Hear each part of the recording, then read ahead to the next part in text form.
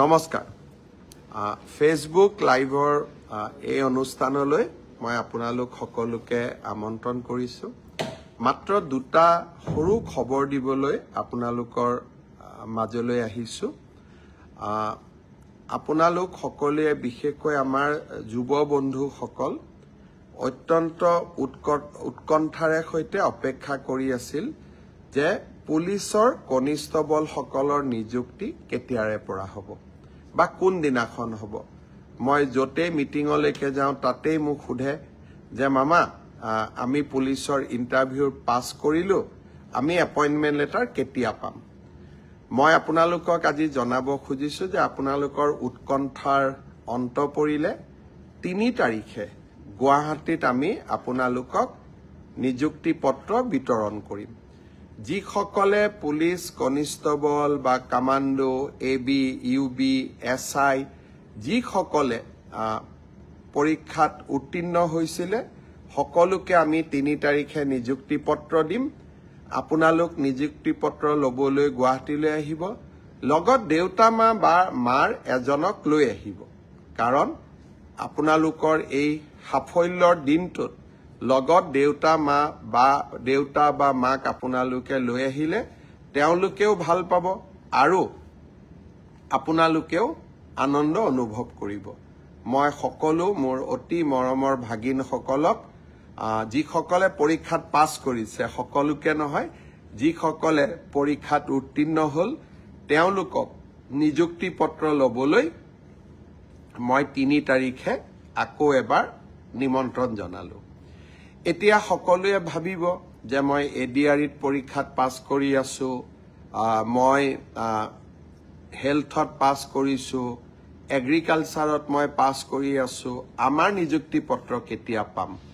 মই এনেকৈ আপোনালোকক যেতিয়াই আমি সাজু হৈ যাওঁ মই এনেকৈ আপোনালোকক খবৰ দি থাকিম আপোনালোক ধৈৰ্যৰে সৈতে অকনমান আমাক সময় দিয়ক ধৈৰ্যৰে সৈতে আপোনালোকে অপেক্ষা কৰক আৰু এটা খবৰ দিব খুজিছো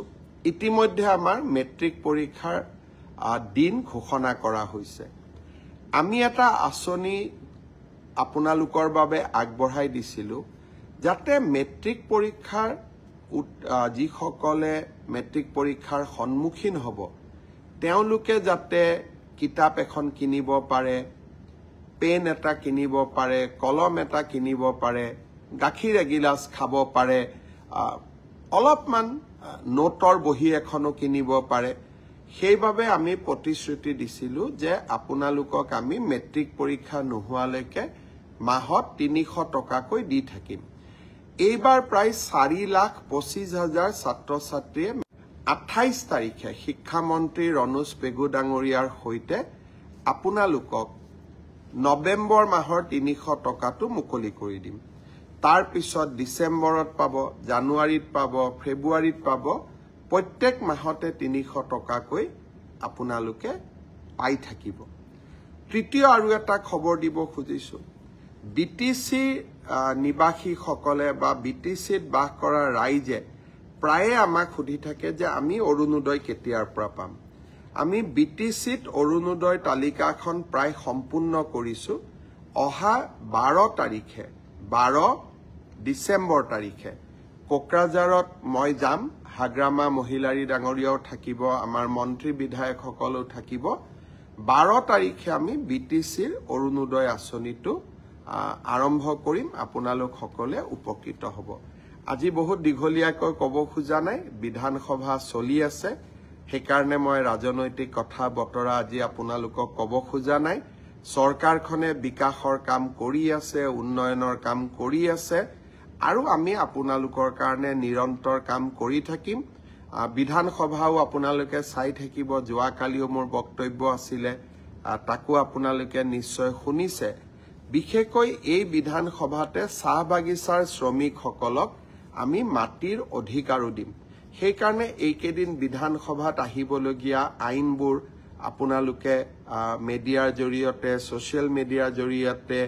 মোৰ ফেসবুক মোৰ টুইটাৰ মোৰ ইনষ্টাৰ জৰিয়তে আপোনালোকে চাই থাকিব পুনৰ এবাৰ 3টা খবৰ দিলো